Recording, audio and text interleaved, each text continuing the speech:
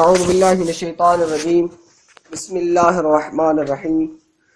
یہ کاشانہ بصیرت کا آڈیو بک سلیکشن ہے، اور جس کتاب کو آپ سماعت فرما رہے ہیں اس کا نام ہے آئینہ حقوق، اور یہ اس کتاب کی ریکارڈنگ نمبر 12۔ آپ کے ساتھ as a reader Zeeshan Haider. حاکم کے حقوق کے بعد معلم اور استاد کے حقوق کا بیان ہے۔ فرماتے ہیں وحق صائصك بالعلم التعظيم له والتوقير لمجلسه وحسن الاستماع إليه والإقبال عليه وأن لا ترفع عليه صوتك ولا تجيب أحدا يسأله عن شيء يكون هو الذي يجيب ولا تحدث في مجلسه أحدا ولا تغتاب عنده أحدا وأن تدفع عنه إذا ذكر عندك بسوء وأن تستر عيوبه وتظهر مناقبه ولا تجالس عدوه ولا تعادي له وليا فإذا فعلت ذلك شهدت لك ملائكة الله بأنك قصدته وتعلمت علمه لله عز وجل لا للناس۔ تمہارے اوپر معلم و استاد کا حق یہ کہ اس کی تعظیم کرو، اس کے درس کی مجلس کا احترام کرو، اس کے درس کو غور سے سنو اور ہمتن گوش اس کی طرف متوجہ رہو، اس کی مدد کرو تاکہ وہ تمہیں اس چیز کی تعلیم دے جس کی تمہیں ضرورت ہے۔ اس سلسلے میں تم اپنی عقل کو آمادہ کرو، اپنے فہم و شعور اور دل کو اس کے سپرد کر دو، اور لذتوں کو چھوڑ کر اور خواہشوں کو گھٹا کر اپنی نظر کو اس پر مرکوز کر دو۔ تمہیں یہ جان لینا چاہیے کہ جو چیز وہ تمہیں تعلیم دے رہا ہے اس میں تم اس کے قاصد ہو، چنانچہ تمہارے اوپر لازم ہے کہ اس چیز کی تم دوسروں کو تعلیم دو، اور اس فرض کو تم بخوبی ادا کرو اور اس کا پیغام پہنچانے میں خیانت نہ کرو، اور جس چیز کو تم نے اپنے ذمے لیا ہے اس پر عمل کرو، اور طاقت و قوت صرف خدا کی طرف سے ہے۔ کتاب مکارم الاخلاق میں یہ جملے نقل ہوئے ہیں۔ اور استاد کے مقابلے میں اپنی آواز بلند نہ کرو، اور اس سے سوال کرنے والوں میں سے کسی کا جواب نہ دو یہاں تک کہ وہ خود اس کا جواب دے، اور اس کی مجلس میں کسی سے بات نہ کرو اور کسی سے اس کی غیبت نہ کرو، اور جب تمہارے سامنے اس کا ذکر بدی کے ساتھ کیا جائے تو تم اس کا دفاع کرو، اور اس کے عیوب کی پردہ پوشی کرو، اور اس کے دشمن سے دشمنی نہ کرو۔ اگر تم ایسا کرو گے تو خدا کے فرشتے گواہی دیں گے کہ تم نے خدا کا قصد کیا تھا، اور تم نے خدا کے واسطے اس کا علم سیکھا تھا، نہ کہ لوگوں کے واسطے۔ امام زین العابدین علیہ السلام نے معلم و استاد کے جو حقوق بیان کیے ہیں ان کا خلاصہ یہ ہے۔ نمبر 1، استاد کی تعظیم و تکریم۔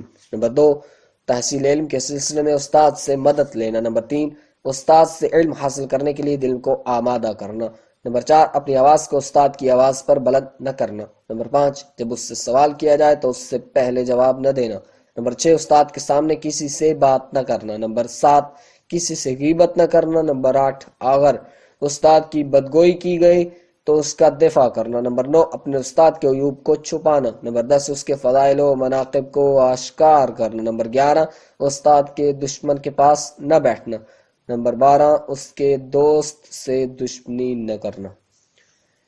علم کی اہمیت۔ معلم و استاد کے حق سے بحث کرنے سے پہلے لازم ہے کہ مختصر طور پر اسلام و قرآن کی نظر میں علم کی اہمیت کو بیان کر دیا جائے۔ علم کی اہمیت تو ہر ایک پر روشن ہے، اور ہر شخص فطری طور پر علم کو دوست رکھتا ہے اور علم و عالم کا احترام کرتا ہے۔ رسول اکرم صلی اللہ علیہ وآلہ وسلم پر اولین وحی میں اور مبدأ عالم سے ارتباط میں علم کو پیش کیا جاتا ہے۔ فرمایا اقرأ بسم ربک الذی خلق، اب پڑھیے اپنے پروردگار کے نام سے جس نے پیدا کیا۔ رب اور تربیت اور مسئلہ خلقت اہم ترین علوم کے مسائل میں شمار ہوتا ہے۔ پھر قلم کے ذریعے تعلیم کو بیان کیا کہ الذی علم بالقلم علم الانسان ما لم یعلم، سورہ علق آیت نمبر 5 کہ تعلیم، پڑھنا لکھنا، اور آخر میں یہ کہ انسان کچھ بھی نہیں جانتا تھا۔ یہ اہم موضوع وحی کے آغاز میں انسان کا علم کے بلند ترین مرتبے پر پہنچنے سے پہلے اور عالم ناسوت سے عالم لاہوت کی طرف پرواز اور خدا تک رسائی کے شروع میں بیان ہوا ہے۔ علم و دانش کے بارے میں قرآن مجید انسان کے ضمیر سے فیصلہ چاہتا ہے کیا وہ لوگ جو جانتے ہیں اور وہ لوگ جو نہیں جانتے دونوں برابر ہیں؟ اس بات کو عقل والے ہی سمجھتے ہیں۔ سورہ زمر آیت نمبر 9۔ واضح ہے کہ دونوں کو ہرگز برابر نہ سمجھا جائے گا۔ قرآن کہتا ہے کہ قل لا يستوی الخبیث والطیب، سورہ مائدہ آیت نمبر 100، یعنی خبیث و پلید اور پاک و صاف برابر نہیں ہیں۔ وما يستوی الاعمی والبصیر ولا الظلمات ولا الظل ولا الحرور، سورہ فاطر آیت نمبر 20، اور نہ اندھا اور دیکھنے والا اور نہ نور و ظلمت اور نہ سایہ و گرمی برابر ہیں۔ طیب، بصیر، نور و ظل سے مراد علم ہے، جیسا کہ خبیث، اعمیٰ اور ظلمات و حرور سے مراد جہالت و نادانی ہے۔ قل کفا باللہ شہیدا بینی و بینکم ومن عندہ علم الکتاب، سورہ رعد آیت نمبر 43 میں ارشاد ہوا کہ کہہ دیجئے کہ تمہارے اور میرے درمیان خدا اور وہ شخص گواہ ہے جس کے پاس علم کتاب ہے۔ اس آیت میں عالم شاہد کے عنوان سے خدا کے ساتھ بیان ہوا ہے، جس سے یہ معلوم ہوتا ہے کہ عالم کو خدا کا تقرب حاصل ہے۔ اس طرح سورہ مجادلہ آیت نمبر 11 میں ارشاد ہوا یرفع اللہ الذین آمنوا منکم والذین اوتوا العلم درجات، خدا تم میں سے ان لوگوں کے کہ جو ایمان لائے ہیں اور ان لوگوں کے درجات بلند کرتا ہے جن کو علم دیا گیا ہے۔ یہ تھی علم کی اہمیت اور اس کی قدر و قیمت۔ اب معلم کی اہمیت و عظمت ملاحظہ ہو۔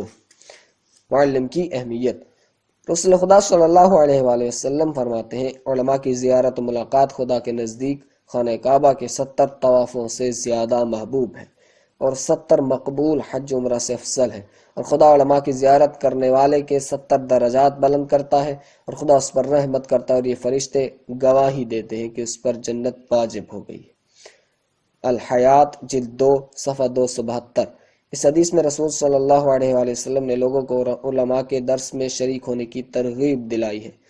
آپ صلی اللہ علیہ وآلہ وسلم نے فرمایا اے ابو ذر، عالم کے پاس اس وقت 1 گھنٹہ بیٹھنا جب وہ علمی مذاکرہ میں مشغول ہو خدا کے نزدیک ان 1000 راتوں سے زیادہ محبوب ہے جن میں سے ہر رات میں 1000 رکعت نماز پڑھی ہو۔ اے ابو ذر، عالم کے پاس بیٹھنا جبکہ وہ علمی مذاکرہ کر رہا ہو خدا کے نزدیک 1000 جنگوں میں شرکت کرنے اور پورے قرآن کی تلاوت کرنے سے زیادہ محبوب ہے۔ گزشتہ حوالہ، آپ صلی اللہ علیہ وآلہ وسلم کا ارشاد ہے جو مومن 1 گھنٹہ عالم کے پاس بیٹھتا ہے اسے اس کا پروردگار ندا دیتا ہے تم میرے حبیب کے پاس بیٹھے، قسم ہے مجھے میرے عزت و جلال کی، میں تمہیں اس کے ساتھ جنت میں جگہ دوں گا اور اس سے مجھے کوئی روک نہیں سکتا۔ گزشتہ حوالہ، اس بیان میں اس استاد کو خدا کا حبیب و دوست قرار دیا جو علمی مذاکرے میں مشغول ہے، اور اس کا یہ مرتبہ بیان کیا گیا کہ جو طلبہ اس کے درس میں شرکت کرتے ہیں ان سے جنت کا وعدہ کیا گیا ہے۔ البتہ یہ کہنا چاہیے کہ ثواب اس استاد و شاگرد کو ملے گا جو خدا کے لیے درس دے گا اور جو خدا کے لیے درس پڑھے گا۔ استاد کا کردار، امام محمد تقی علیہ السلام فرماتے ہیں جو کہنے والے کی بات کو سنتا ہے وہ اس کی پرستش کرتا ہے۔ اگر کہنے والا خدا کی طرف سے ہو تو وہ خدائی بات کہتا ہے اور سننے والا خدا کی عبادت کرتا ہے، اور اگر کہنے والا شیطان کی زبان سے بولتا ہے تو سننے والا شیطان کی عبادت کرتا ہے۔ تحف العقول صفحہ نمبر 336۔ اس حدیث میں یہ تاثیر بیان کی گئی ہے کہ اگر سننے والا کہنے والے کو استاد سمجھتا ہے تو وہ اس کی باتوں کو بہت اہمیت دیتا ہے اور کبھی تو اسے وحی منزل سمجھتا ہے۔ مالک اشتر کو علی علیہ السلام کی نصیحت، اے مالک، علماء کے پاس بیٹھو اور حکماء سے گفتگو کرو اور ملک کے امور کو برقرار رکھنے میں اور جو تم سے پہلے لوگوں نے کیا ہے اسے قائم کرنے میں ان کے بیان سے استفادہ کرو۔ ایک استاد کا کردار۔ نمبر 1، عمر بن عبدالعزیز جو کہ بنی امیہ سے تھا، بچوں کے ساتھ کھیلتے وقت حضرت علی علیہ السلام پر سب و شتم والی اس رسم بد کو دہراتا تھا جو معاویہ نے جاری کی تھی۔ ایک روز اس کا استاد اس کے پاس سے گزرا اور اس کی زبان سے سب و شتم سنی تو درس کے جلسے میں اس سے سختی سے پیش آیا۔ جب عمر بن عبدالعزیز نے ناراض ہونے کا سبب معلوم کیا تو معلم نے کہا بیٹا، آج میں نے سنا کہ تم حضرت علی علیہ السلام پر سب و شتم کر رہے تھے، تمہیں یہ کب معلوم ہوا کہ وہ لعنت کے مستحق ہو گئے تھے؟ عمر بن عبدالعزیز نے استاد سے وعدہ کیا کہ اب ایسا نہیں کرے گا۔ یہ سلوک اس بات کا سبب ہوا کہ جب عمر بن عبدالعزیز خلیفہ ہوا تو اس نے اس رسم کو ممنوع قرار دے دیا اور اس کی جگہ آیت کہ ان اللہ یأمر بالعدل والاحسان کو پڑھنے کا حکم دیا۔ یہ تھا معلم کے کردار کا معمولی اثر۔ کامل ابن اثیر جلد 5 صفحہ 42۔ جب یزید کا بیٹا معاویہ تخت خلافت پر بیٹھا تو لوگوں کو بلایا اور منبر پر گیا اور خلافت سے استعفیٰ دیا۔ اس کی ماں اور مروان نے اس کو بہت سمجھایا لیکن کوئی نتیجہ برآمد نہ ہوا۔ آخرکار وہ یہ سوچنے پر مجبور ہوئے کہ معاویہ نے خلافت سے استعفیٰ کیوں دیا ہے۔ تحقیق کے بعد انہیں معلوم ہوا کہ معاویہ کی فکر کو بدلنے میں اس کے استاد عمر المقصوص کا اہم کردار ہے۔ انہوں نے اسے طلب کیا اور اس سے کہا، تم نے اس کے دل میں علی کی محبت کو کیوں زندہ کیا؟ اس جرم کی پاداش میں اس کو ایک گڑھے میں زندہ دفن کر دیا گیا۔ حیات الحیوان جلد 1 صفحہ 88۔ یہ ہے معلم کا کردار کہ کسی بھی شخص کی زندگی کی ڈگر کو بدل دیتا ہے، جس کے نتیجے میں قوم کی زندگی کی ڈگر بدل جاتی ہے۔ کس استاد کا انتخاب کریں؟ اس چیز کو خداوند عالم نے قرآن مجید میں ہمارے لیے روشن کر دیا ہے کہ ہم کس استاد سے سبق لیں اور اپنے لیے کیسے استاد کا انتخاب کریں۔ انسان کو اپنے کھانے کو دیکھنا چاہیے۔ ہم نے پانی کو نیچے اتارنے کی طرح نیچے اتارا، پھر ہم نے زمین کو شگافتہ کرنے کی طرح شگافتہ کیا، پھر ہم نے اس میں دانے اگائے۔ بظاہر یہ آیتیں آدمی کے جسمانی غذا کے بارے میں نازل ہوئی ہیں، کیونکہ ان میں بارش، شگافتہ کرنا، زمین اور اناج کا اگنا بیان ہوا ہے، لیکن قرآن و وحی کے عالم ائمہ ہدیٰ نے سے آیت کو انسان کی روحانی اور معنوی غذا پر حمل کیا ہے۔ مرحوم فیض کاشانی تفسیر صافی میں اس طرح نقل کرتے ہیں، جس کا ترجمہ درج ذیل ہے۔ امام محمد باقر علیہ السلام سے خدا کے اس قول کہ فَلْيَنظُرِ الْإِنسَانُ إِلَىٰ طَعَامِهِ کہ جو آیت نمبر سورہ عبس آیت نمبر 24 تا 27 ہے کے بارے میں دریافت کیا گیا کہ طعام کے یہاں کیا معنی ہے، فرمایا اس سے علم مراد ہے۔ یہ خیال رکھنا چاہیے کہ کس استاد سے علم حاصل کر رہے ہو۔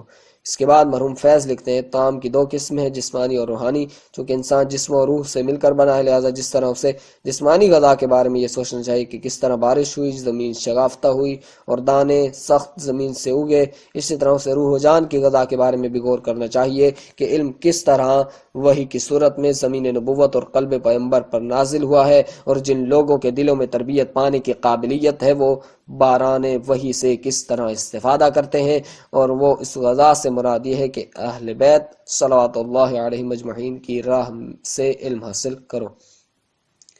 واضح ہے کہ جس طرح ناقص و زہریلی غذا آدمی کے بدن پر غلط اثر ڈالتی ہے اور کبھی اسے موت کی منزل تک پہنچا دیتی ہے، اسی طرح سنی جانے والی باتیں اور بعد نظر میں بھلی لگنے والی چیز بھی انسان کی فکر کو متاثر کرتی ہے اور اسے منحرف کر دیتی ہے، اور آدمیت کی سعادت و کامیابی کے محل کو ویران کر دیتی ہے اور انسان کی دنیا و آخرت کو تباہ کر دیتی ہے۔ اس سلسلے میں ہم کان اور سنی جانے والی چیزوں کے بارے میں پہلے بیان کر چکے ہیں۔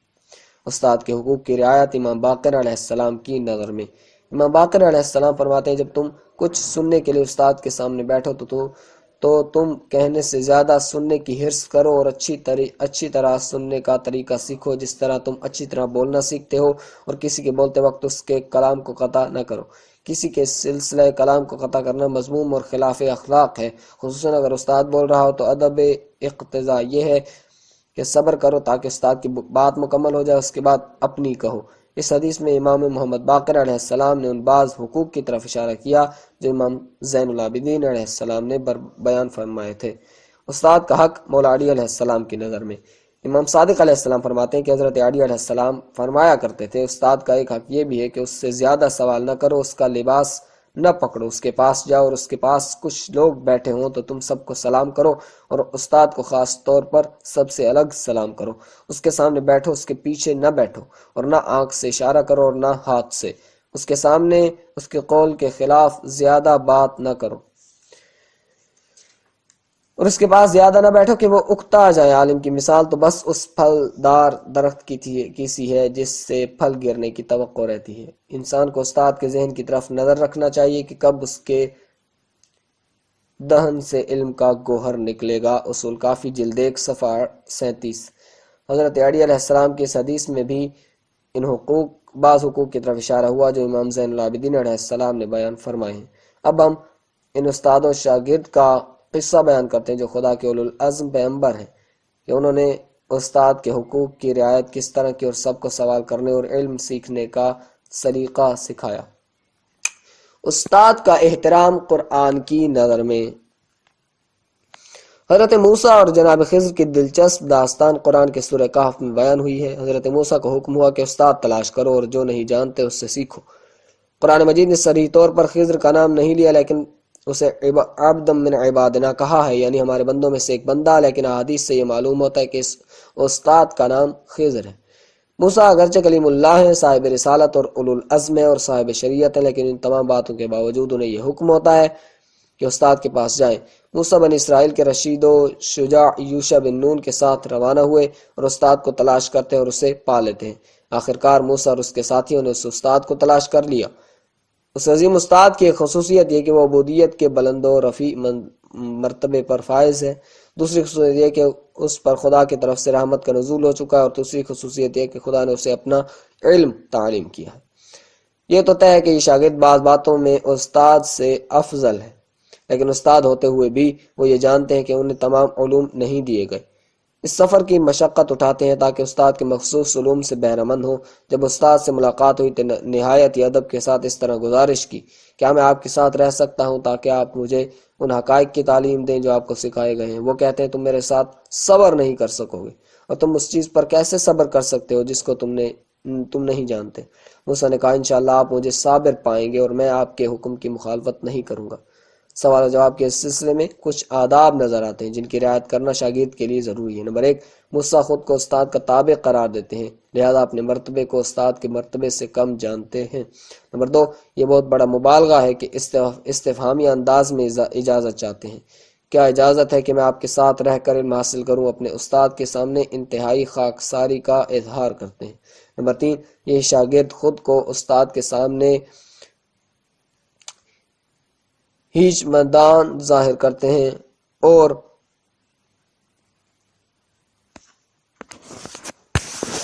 ان تعلمنے کے ذریعے اس کے بلند مرتبے کی طرف اشارہ کرتے ہیں۔ نمبر 4، استاد کے لیے شاگرد کے فریضے کی طرف اشارہ ہوا ہے، پیروی، تعلیم، خدمت، یعنی شاگرد کو پہلے مرحلے میں استاد کے تابع ہونا چاہیے تاکہ علوم کے آخری درجے پر پہنچ سکے۔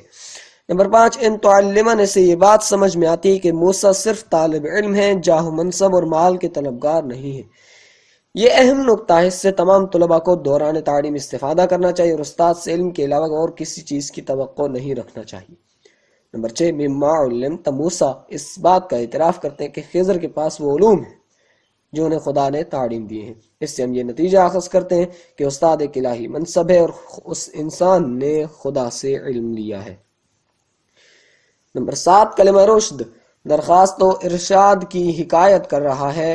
موسیٰ چاہتے ہیں کہ خضر کے ارشاد و ہدایت سے استفادہ کریں۔ استاد کی باتیں، تربیتی نکات۔ نمبر 1، انک لن تستطیع معی صبرا سے یہ بات سمجھ میں آتی ہے کہ عجلت و بے صبری سے علم حاصل نہیں کیا جا سکتا، بلکہ علم حاصل کرنے کے لیے انسان کو ہر مشکل کا مقابلہ کرنا چاہیے۔ دوسرے یہ سمجھنا چاہیے کہ صبر کرنے والوں کا بڑا رتبہ ہے۔ نمبر 2، استاد موسیٰ کے صبر کی نفی کر رہے ہیں، شاید اس کی وجہ یہ کہ موسیٰ کو اس بات پر آمادہ کریں کہ وہ خضر کے کاموں کے فلسفے کو سمجھنے کے لیے عجلت سے کام نہ لے۔ نمبر 3، اس سفر کی زحمت کو برداشت کر کے موسیٰ کیا چیز تلاش کر رہے ہیں؟ لائق و شائستہ استاد ڈھونڈ رہے ہیں۔ اس سے ہمیں یہ بات سمجھائی جا رہی ہے کہ اچھا استاد تلاش کرنے کے لیے رنج و مشقت اٹھانا چاہیے، جیسا کہ گزشتہ احادیث میں ہم یہ دیکھ چکے کہ ہمارے ائمہ علیہم السلام نے یہ حکم دیا کہ ہر شخص سے علم نہ لو بلکہ ہمیں مکتب ولایت سے علم حاصل کرنا چاہیے۔ موسیٰ علمی سفر میں اپنے استاد کے کاموں میں اس وقت اعتراض کرتے ہیں جب استاد کشتی میں سوراخ کرتے ہیں، بچے کو مار ڈالتے ہیں اور ٹوٹی پھوٹی دیوار بنا دیتے ہیں۔ سب پر موسیٰ اعتراض کرتے ہیں، لیکن بعد میں ان کے فلسفوں اور اسرار سے واقف ہو جاتے ہیں۔ یہ داستان سورہ کہف میں تفصیل کے ساتھ بیان ہوئی ہے۔ استاد کا مرتبہ غزالی کی نظر میں، محمد غزالی کہتے ہیں کہ انسان جن علوم کو حاصل کرتا ہے ان میں اس کی 4 حالتیں ہوتی ہیں، جیسے مال جمع کرنے والوں کی۔ نمبر 1، مال جمع کرنے کی حالت۔ نمبر 2، مال ذخیرہ کرنے کی حالت۔ نمبر 3، مال سے خود استفادہ کرنے کی حالت۔ نمبر 4، راہ خدا میں خرچ کرنے اور دوسروں کی مدد کرنے کی حالت۔ یہ مال کسب کرنے والے کی بہترین حالت ہے، اسے سخی کہا جاتا ہے۔ عالم بھی پہلے علم حاصل کرتا ہے، کسب کنندہ ہے لیکن مال کا نہیں۔ دوسرے علم کو ذخیرہ کرتا ہے، تیسرے وہ خود علم سے استفادہ کرتا ہے، اور چوتھے وہ حاصل کیے ہوئے علم کو دوسروں تک پہنچاتا ہے، دوسرے کو تعلیم کرتا ہے۔ یہ حالت سب سے بہترین حالت ہے کہ اس سے وہ معاشرے کو ہلاکت سے نجات دلاتا ہے۔ یعنی غزالی اس بات کے معتقد ہیں کہ عالم کی بہترین حالت یہ ہے کہ وہ درس دے اور دوسرے اس کے علم سے استفادہ کرے اور وہ لوگوں کو بصیرت و فکری رشد کے طریقے سکھائے۔ محجت البیضاء جلد 1 صفحہ 119۔ استاد یا ماہر نفسیات۔ شاگرد کو چاہیے کہ استاد کو ماہر نفسیات سمجھے۔ جس طرح ڈاکٹر دوا اور علاج کے ذریعے مریض کو صحت و سلامتی کی طرف لے جاتا ہے، اسی طرح استاد بھی شاگرد کو عقل و دین کی سلامتی اور کمال انسانیت کی طرف بلاتا ہے اور اس سلسلے میں شفا بخش دواؤں، واعظ و نصیحت سے استفادہ کرتا ہے۔ لہذا شاگردوں کے لیے ضروری ہے کہ استاد کی باتوں کو اچھی طرح سنیں تاکہ تعلیم حاصل کرنے کے ضمن میں وہ طمع و تکبر اور خود غرور جیسے امراض سے نجات پائیں۔ آداب تعلم و تعلیم یا آداب تعلیم و تعلم در اسلام صفحہ نمبر 333۔ استاد کی تعظیم علم کی تعظیم ہے۔ علماء سلف میں سے ایک عالم جب استاد کے جلسے میں شرکت کے لیے روانہ ہوتے تھے تو فقیر کو کچھ صدقہ دیتے تھے اور کہتے تھے، اللہ میری نظر سے میرے استاد کے عیوب کو مخفی رکھ اور ان کے علم و دانش کی برکتوں سے مجھے معروم نہ رکھ۔ دوسرے عالم کہتے ہیں، میں استاد کی ہیبت کی وجہ سے کتاب کا ورق بھی آہستہ سے کھولتا تھا تاکہ کاغذ کی آواز سے استاد کو تکلیف نہ ہو۔ گزشتہ حوالہ۔ البتہ اس قسم کے مراعات اسے شخص سے مربوط ہوتی ہیں جس نے خود کو پا لیا ہو۔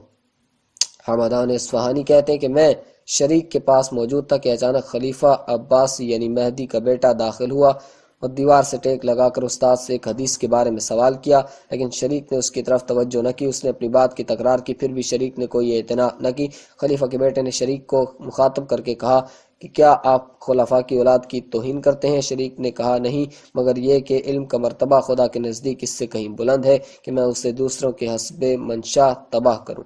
خلیفہ کا بیٹا آگے بڑھا اور شریک کے سامنے دو زانو ادب طے کیا۔ اس وقت شریک نے کہا، اس طرح علم حاصل کیا جاتا ہے۔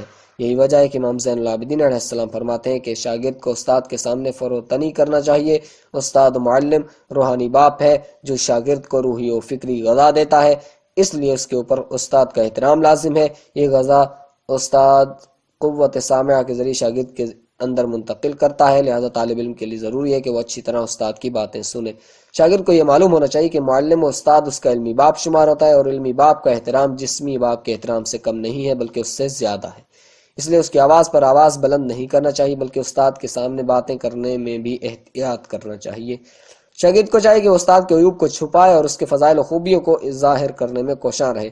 اسکندر سے کہا گیا کہ آپ اپنے استاد کا اتنا احترام کرتے ہیں، اسے اپنے ماں باپ سے زیادہ سمجھتے ہیں۔ اس نے جواب دیا، استاد میری حیات ابدی کا سبب ہے جبکہ ماں باپ میری دنیاوی و فانی زندگی کا سبب ہے۔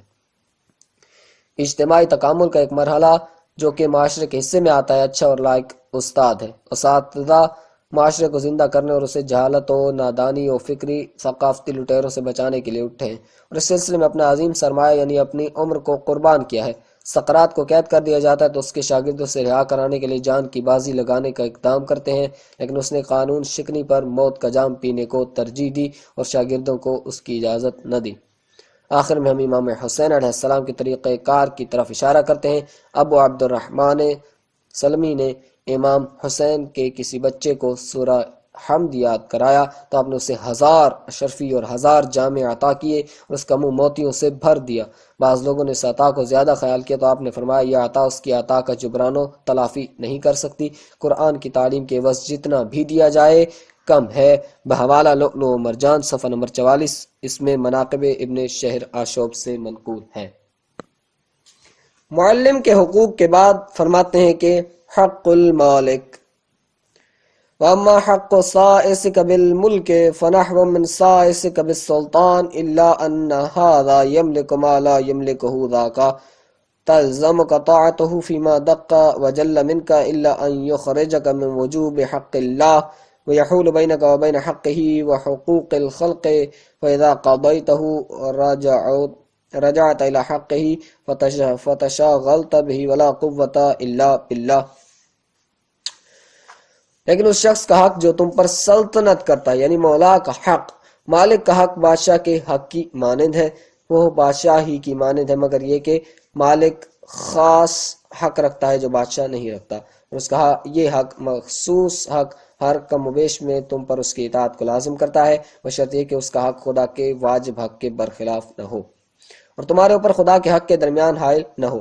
اگر ایسا ہو تو خدا کا حق مقدم ہے، اور جب تم خدا کا حق ادا کر دو گے تو پھر مالک کے حق کی نوبت ہے، اس کو ادا کرو۔ خدا کی طاقت و قوت کے علاوہ کوئی طاقت نہیں۔ مکارم الاخلاق میں اس طرح نقل ہوا، لیکن مالک کا تمہارے اوپر یہ حق ہے کہ تم اس کی اطاعت کرو، اس کی نافرمانی نہ کرو، مگر اس چیز میں جو خدا کی ناراضگی و غضب کا باعث ہو، کیونکہ خدا کی معصیت میں کسی بندے کی اطاعت نہیں کی جا سکتی۔ امام زین العابدین علیہ السلام کے بیان سے یہ بات سمجھ میں آتی ہے کہ مالک اور بادشاہ کا حق ایک جیسا ہے، مگر یہ کہ مالک کا حق اپنے غلام پر زیادہ ہے اور وہ اسے مطیع بنا لیتا ہے۔ مناسب معلوم ہوتا ہے کہ اس حق کی شرح میں یہ بیان کیا جائے کہ غلامی کا آغاز کس زمانے سے ہوا ہے اور اس کا سرچشمہ کیا ہے۔ البتہ یہاں عام ملکیت مراد ہے، صرف غلامی ہی نہیں۔ غلامی کی تاریخ کہاں سے شروع ہوئی یہ واضح نہیں ہے، اس کے سرچشمہ کے بارے میں مختلف نظریات کا اظہار ہوا ہے۔ منٹسیکو غلامی کے عوامل کے بارے میں لکھتا ہے کہ ممکن ہے غلامی کا عامل درج ذیل عوامل میں سے کوئی ایک ہو۔ نمبر 1، بین الاقوامی قانون یہ رہا ہو کہ جنگی قیدی غلاموں کے حکم میں ہیں تاکہ وہ قتل ہونے سے بچ جائیں۔ نمبر 2، جو لوگ اپنا قرض ادا نہیں کر سکتے ان کو روم کے قانون نے یہ اجازت دی تھی کہ وہ خود کو فروخت کر کے اپنا قرض ادا کر سکتے ہیں یا قرض خواہ کے قرض کے عوض اس کے غلام بن جائیں۔ نمبر 3، قانون طبیعت غلام باپ کے بچوں کو بھی غلام بنا دیتا ہے، بنابراین بچہ باپ کے تابع ہے۔ نمبر 4، غلامی کے حق کا سرچشمہ ایک قوم کا دوسری قوم کو حقیر سمجھنا ہے جس کی بنیاد عادات و رسوم کا اختلاف ہوتا ہے۔ نمبر 5، اس کا اصلی سرچشمہ انسانی معاشرے میں قوی و کمزور افراد کا وجود ہے۔ اس کے بعد مرسکیو لکھتے ہیں، ارسطو یہ ثابت کرنے چاہتے ہیں کہ غلام فطرتاً غلام تھا اور رہے گا۔ اس کے معنی یہ کہ خدا نے بعض انسانوں کو غلام پیدا کیا ہے تاکہ وہ دوسروں کے غلام رہیں۔ اگر ہم اس فلسفی کی بات کو قبول کر لیں اور غلامی کو فطری سمجھ لیں تو غلاموں کی آزادی کے لیے جد و جہد کرنا بے فائدہ اور فطرت کے خلاف ہوگا۔ یہ تھی وہ تاریخ جو منٹسکیو نے روح القوانین میں غلامی کی بحث میں تحریر کی ہے۔ بحوالہ روح القوانین، صفحہ نمبر 308 اور 413۔ غلامی کے بارے میں اسلام کا نظریہ۔ اسلام کے آئین میں غلامی فطری نہیں ہے۔ اسلام کے نقطۂ نظر سے ارسطو کی منطق کے خلاف انسان کو آزاد پیدا کیا گیا۔ قال علی علیہ السلام الناس کلہم احرار الا من اقر علی نفسہ بالعبودیہ، بحوالہ اسلام و حقوق بشر، صفحہ نمبر 198۔ یعنی مولا علی علیہ السلام کے فرمان کے مطابق سارے انسانوں کو آزاد پیدا کیا گیا ہے، مگر یہ کہ کوئی شخص اپنے خلاف غلامی کا اقرار کرے یا ایسا کام کرے جس سے غلامی کے اسباب فراہم ہو جائیں۔ دوسرے بیان میں فرماتے ہیں کہ لا تکن عبد غیرک وقد جعلک اللہ حرا، نہج البلاغہ مکتوب نمبر 31۔ دوسروں کے غلام نہ بنو جبکہ خدا نے تمہیں آزاد پیدا کیا ہے۔ یہ تھے انسان کے آزاد ہونے کے سلسلے میں آپ کے دو اقوال۔ انسان ماں کے شکم سے آزاد پیدا ہوتا ہے، غلام بنتا ہے تو خارجی عوامل کی بنا پر بنتا ہے، اور اس کی غلامی وقتی ہوتی ہے نہ کہ دائمی۔ ماضی میں غلاموں پر کیا گزری ہے؟ تاریخ روم کے مؤلف البرمالہ غلاموں کے بارے میں رومیوں کے عقیدے کی وضاحت اس طرح کرتے ہیں کہ قانون کی نظر میں غلام انسان یا آدمی نہیں ہے، بلکہ غلام کی حیثیت ایک بے جان چیز یا اس اوزار کی سی ہے جو بات کر سکتا ہے، بنابراین وہ کوئی حق نہیں رکھتا ہے۔ بحوالہ انسان و حقوق بشر، صفحہ 200۔ منٹسکیو لکھتا ہے، افلاطون کے قانون میں یہ لکھا تھا کہ غلام اپنا دفاع نہیں کر سکتا، چنانچہ جب اس پر حملہ ہوتا تھا تو اس کے فطری دفاع کے حق کو بھی سلب کر لیا جاتا اور اسے شہری حق بھی نہیں دیا جاتا تھا۔ وہ عدالت میں حاضر ہو کر شکایت نہیں کر سکتا تھا۔ اسپارٹ میں غلام عدالت میں جا کر اپنے اوپر ہونے والے ظلم کی شکایت نہیں کر سکتے تھے۔ اسپارٹ کے غلام اتنے مظلوم تھے کہ وہ کسی ایک آدمی کے غلام نہیں بلکہ پورے معاشرے کے غلام سمجھے جاتے تھے۔ بحوالہ روح القوانین، صفحہ نمبر 426۔ پستی کی انتہا۔ روم کے شرفاء کی یہ بھی ایک تفریح ہوتی تھی کہ وہ غلاموں اور بھوکے درندوں کو ایک میدان میں چھوڑ دیتے تھے، اور جب کوئی درندہ کسی غریب و بیچارہ غلام کو دبوچ لیتا تھا اور وہ فریاد کرتا تھا اور چلاتا تھا تو روم کے مالدار خوشی سے اچھل پڑتے تھے۔ اسی طرح ان شریف و نجیب لوگوں کی ایک تفریح بھی ہوتی تھی کہ وہ غلاموں کی دو جماعتوں میں برہنہ شمشیر کے ساتھ جنگ کراتے تھے۔ تاکہ وہ ایک دوسرے کو زخمی کر کے لہو لہان کر دیں، اور ظالم مالدار کے جن کو شرفا کہا جاتا تھا اس سنسنی خیز منظر کو دیکھ کر خوش ہوتے تھے، اور اگر غلام اس کام کو انجام دینے کے لیے تیار نہیں ہوتے تھے تو ان کو وہ سپاہی ٹکڑے ٹکڑے کر دیتے تھے جو ان کو گھیرے رہتے تھے۔ روم کے شرفا کی دوسری تفریح یہ تھی کہ وہ غلاموں کو بھیڑ کے چھتے یا بچھوؤں کے جھرمٹ میں ہاتھ ڈالنے پر مجبور کرتے تھے تاکہ ان کے آقا ان کے چہروں کے تشنجات کو دیکھ کر مسرور ہوں اور ہنسیں۔ بحوالہ انسان و حقوق بشر صفحہ 201۔